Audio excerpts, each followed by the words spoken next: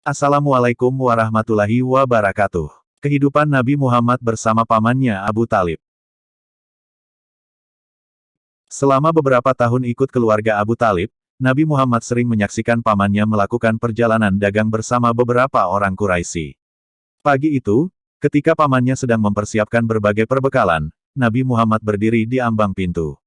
Matanya sembab dan air matanya menetes perlahan membasahi pipinya yang putih. Penampilannya yang selalu rapi, bersih dan begitu tenang memang seolah mampu memendam berbagai kenangan pahit yang dialaminya. Namun pagi ini, entah mengapa Nabi Muhammad tiba-tiba mencucurkan air matanya. Melihat hal itu, Abu Talib segera menghentikan aktivitasnya. Hati kecilnya tak kuasa melihat tetesan air mata yatim piatu yang berdiri mematung di ambang pintu rumahnya. Buru-buru ia dekati kemenakannya itu.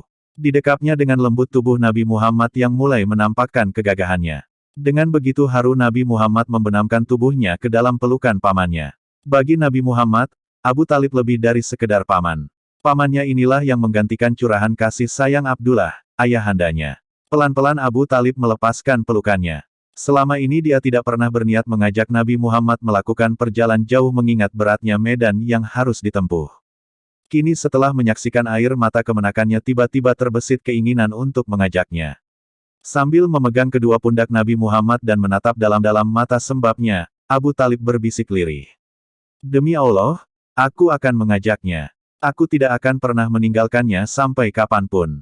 Inilah hadiah istimewa dari pamannya bagi Nabi Muhammad di usianya yang ke-9. Satu versi mengatakan saat itu beliau berumur 12 tahun. Rombongan bertolak dari Mekah dengan mengusung berbagai barang dagangan. Tatkala tiba di padang pasir yang luas, unta-unta mereka nampak berderet seperti berjalan di atas pematang sawah. Telapak kaki karavan dagang ini menciptakan sebuah garis panjang, seperti seekor ular tak berkepala. Padang pasir di depan mereka nampak luas, berwarna kekuning-kuningan menghampar seperti karpet tak bertepi. Jauh di depan sana, ujungnya seolah bersatu dengan kaki langit yang menghunjam ke bumi. Memberikan kesan seolah pedagang-pedagang Quraisy ini sedang berjalan di dalam bola raksasa yang dibelah dua.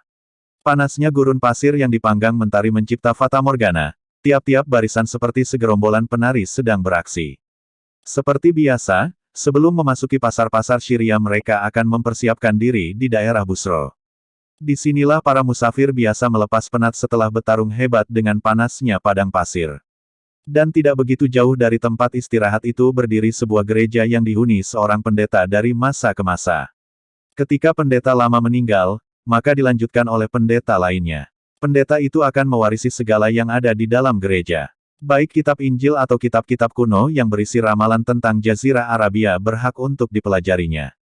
Kini ketika Nabi Muhammad ikut rombongan pamannya, gereja itu dihuni oleh seorang pendeta bernama Bahira. Ketika rombongan dari Mekah mendekati tempat tersebut, tanpa mereka sadari sepasang mata Bahira menatap tajam dari dalam gereja. Ia begitu tertegun dengan pemandangan yang terlihat di luar gerejanya. Dia sudah terlalu sering melihat rombongan Quraisy melintas di depan gerejanya namun kali ini benar-benar lain. Segumpal awan nampak selalu memayungi rombongan itu. Bahkan saat berteduh di bawah pohon maka dedahanannya menjuntai meneduhi mereka. Perhatiannya terpaku pada rombongan yang tengah beristirahat itu. Seperti halnya Warakah, Bahira mampu menangkap pengertian lain dari sekedar peristiwa aneh itu. Sebagai orang yang mempunyai kedekatan agama yang cukup kuat ia mampu memahami dan mengurai semua yang dilihatnya. Pikirannya langsung teringat tentang sebuah janji di kitab-kitab kuno yang dipelajarinya. Di sana, dengan sedikit samar diterangkan akan datangnya Nabi baru. Nabi yang sangat ditunggu-tunggu oleh kaum Yahudi ataupun Nasrani. Mungkinkah Nabi yang dijanjikan itu akan akhirnya datang juga pada zaman hidupnya?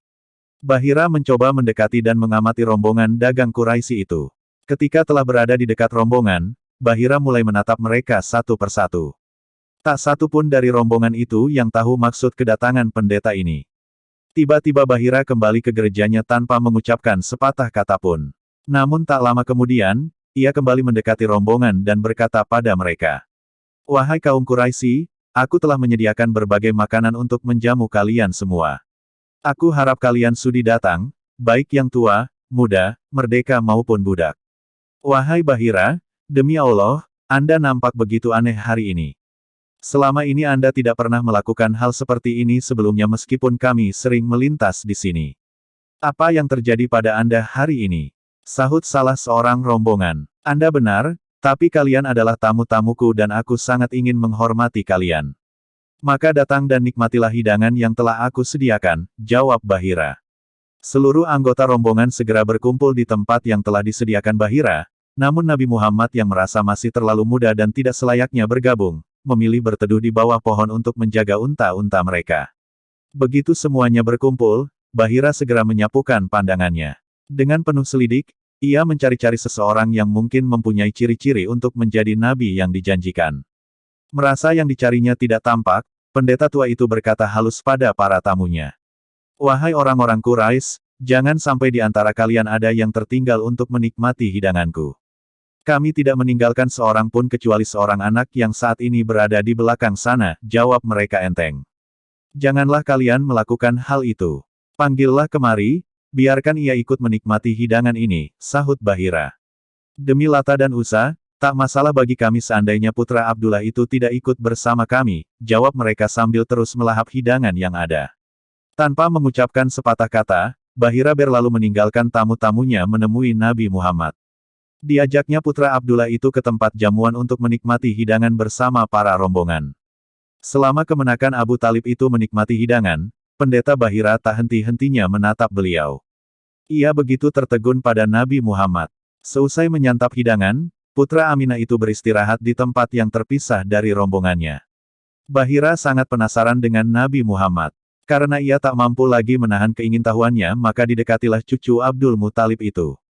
Mereka kemudian bercakap-cakap, "Wahai pemuda, demi Lata dan Uzza, aku ingin menanyakan sesuatu padamu, jika berkenan menjawabnya aku harap engkan sudi menjawabnya. Namun jika tidak berkenan, hal itu tidak menjadi soal bagiku," Bahira memulai percakapan. Nabi Muhammad SAW menjawab, "Janganlah Anda menanyakan apapun padaku dengan mengatasnamakan Lata dan Uzza demi Allah, aku paling tidak suka dengan hal itu." Mendengar hal tersebut Bahira tercengang, ia lantas meralat kata-katanya. "Demi Allah, aku ingin menanyakan sesuatu padamu hal-hal yang belum aku ketahui." Bahira kemudian menanyakan berbagai hal yang dianggapnya perlu. Sekali lagi ia dibuat kagum oleh jawaban-jawaban Nabi Muhammad. Jawaban-jawaban yang diutarakannya mencitrakan bahwa beliaulah Nabi yang ditunggu-tunggu itu. Setelah semua jawaban dijawab dengan sigap oleh Nabi Muhammad, Bahira lantas mohon izin untuk melihat punggung beliau. Benar saja, ternyata di punggung Nabi Muhammad terdapat sebuah tanda yang dalam kitab-kitab kuno diterangkan sebagai stempel kenabian.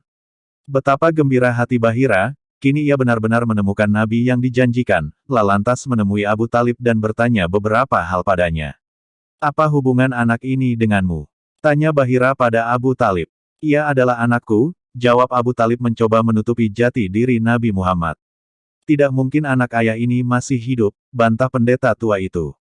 Abu Talib kaget dengan pernyataan Bahira dan akhirnya ia berkata jujur. "Anda benar pendeta, ia adalah anak saudaraku. Apa yang terjadi pada ayahnya?" Bahira bertanya lebih lanjut. Ayahnya telah meninggal saat ia masih dalam kandungan ibunya, kali ini Abu Talib tak lagi menutup-nutupi jati diri kemenakannya. Diakui ataupun tidak, Abu Talib juga cukup penasaran dengan pertanyaan-pertanyaan pendeta itu. Bagaimana mungkin putra saudara laki-lakinya tiba-tiba dikenal dengan begitu detail oleh Bahira? Bukankah ini adalah pertemuan mereka yang pertama? Pertanyaan itu segera buyar karena peringatan yang diutarakan oleh Bahira. "Cepatlah kau ajak palang anak itu. Lindungi dia dari orang-orang Yahudi. Demi Allah, seandainya orang-orang Yahudi mengetahui hal ini, maka mereka pasti akan menyakitinya. Kemenakanmu ini memiliki keistimewaan yang luar biasa." Bahira mencoba mengingatkan Abu Talib. Abu Talib mendengarkan baik-baik pesan itu. Begitu barang-barang dagangan terjual ia segera mengajak kemenakannya untuk kembali ke Mekah untuk menghindari hal-hal yang tak diinginkan. Wallahu alam bisawab. Untuk kisah selanjutnya, silakan kunjungi channel kami. Assalamualaikum warahmatullahi wabarakatuh.